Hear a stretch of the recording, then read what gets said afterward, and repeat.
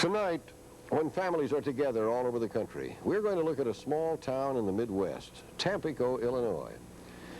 Ronald Reagan was born there, and as it happens, I know Tampico well. My wife, Ruth, is from there, too. We went to Tampico in late summer, when the corn was maturing and the fields were green. The corn is in now. The fields are white.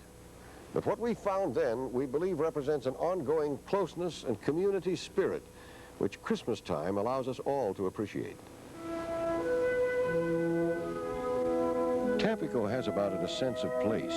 We could see that best from the air last summer. First, the straight roads with jogs sometimes to correct surveyors' errors. Then you see the square-mile sections, the grid imposed on the prairie to attract settlers 130 years ago. And the village, Tampico, cut into the spread of corn and soybeans.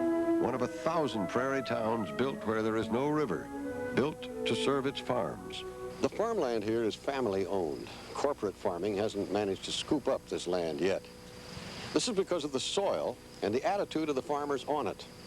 A sense of what the land can do for you and what you ought to do for the land.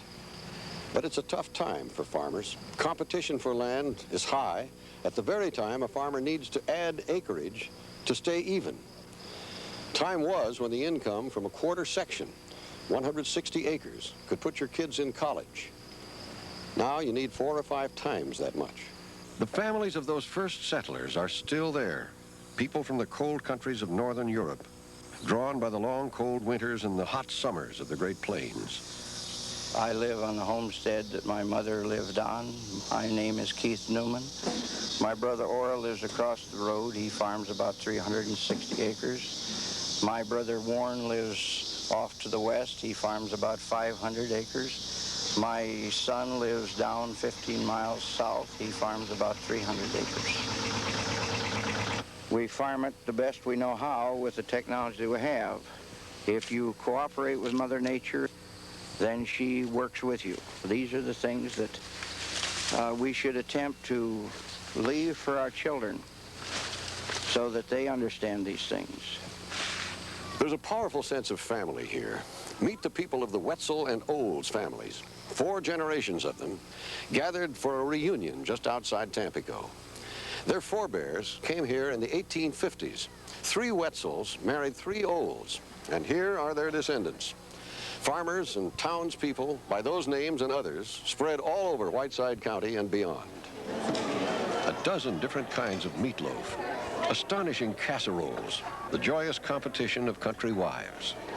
Reunions are important. They bring people together. But one thing you notice, they don't touch, not in public. None of the easy cheek kissing and hugging of the big cities. In the prairie towns, food is love. Food is community. Larry Johnson had a boy. Births, deaths, marriages.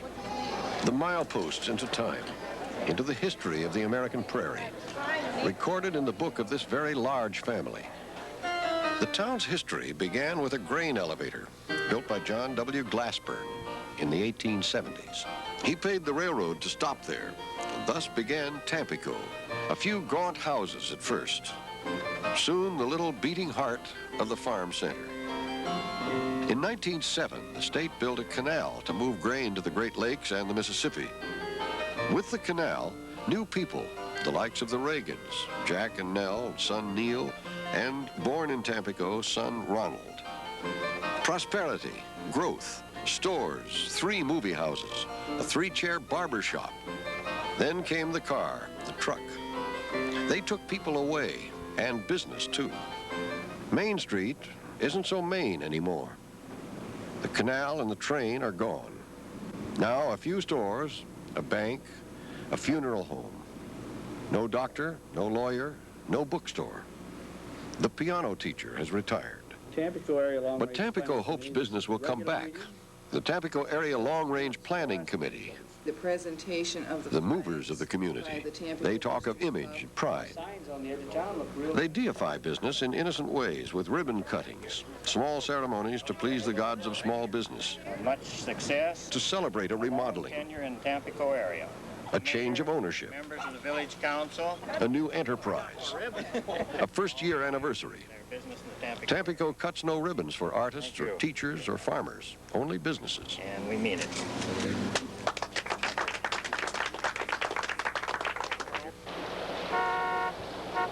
Small towns in America aren't self-sufficient anymore. 6 a.m.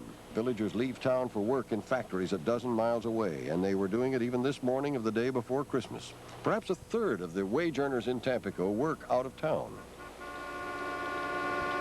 6:15 a.m. The Dutch Diner opened for nearly an hour. Farmers, business people, wives, we found them there eating frozen packaged potatoes and fresh eggs. This early, the men and women gathered separately. I talked with them.